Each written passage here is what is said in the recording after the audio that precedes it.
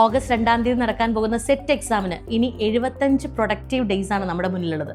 കൃത്യമായിട്ടുള്ള ടൈം ടേബിളോട് കൂടി പഠിച്ചാൽ ഈസി ആയിട്ട് നമുക്ക് ക്രാക്ക് ചെയ്യാൻ പറ്റും. കോമ്പറ്റേറ്റീവ് ക്രാക്കറിൽ 75 ദിവസത്തെ ജനറൽ പേപ്പറിൻ്റെയും സബ്ജക്റ്റിൻ്റെയും ടൈം ടേബിൾസ് ഇവിടെ സെറ്റാണ്. ജനറൽ പേപ്പറിൻ്റെ ടൈം ടേബിൾ നമ്മൾ പ്രിപ്പയർ ചെയ്തിരിക്കുന്നത് മൊഡ്യൂൾ 4, 5, 6 പ്രയോറിറ്റി കൊടുത്തുകൊണ്ട്, അതായത് ആ 60 മാർക്ക് നമുക്ക് ഉറപ്പായിട്ട് നേടാൻ പറ്റുന്ന മാർക്കാണ് അല്ലേ.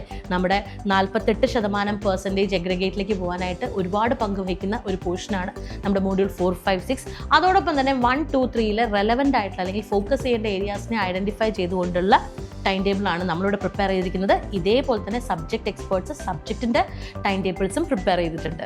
കൃത്യമായിട്ടുള്ള ലൈവ് സെഷൻസും മോക്ക് എക്സാംസും മോഡൽ എക്സാംസും മോട്ടിവേഷണൽ സെഷൻസും എല്ലാമായിട്ട് വളരെ ഈസി ആയിട്ട് ഈ വരുന്ന ഓഗസ്റ്റ് 2 നടക്കുന്ന സെറ്റ് നമുക്ക് ക്രാക്ക് ചെയ്യാം. ഒരുപാട് അവസരങ്ങൾ മുന്നിൽ വരികയാണ്. NVHSC പോലുള്ള ഒരുപാട് അവസരങ്ങൾ നമുക്ക് മുന്നിൽ വരികയാണ്. കോമ്പറ്റേറ്റീവ് ക്രാക്കറിൻ്റെ 75 ഡേ എക്സാം ഫോക്കസ് ബാച്ചിനെ കുറിച്ചുള്ള കൂടുതൽ വിവരങ്ങൾ അറിയാനായിട്ട് പെട്ടെന്ന് തന്നെ ഞങ്ങളെ കോൺടാക്ട് ചെയ്യുക, ജോയിൻ ചെയ്യുക.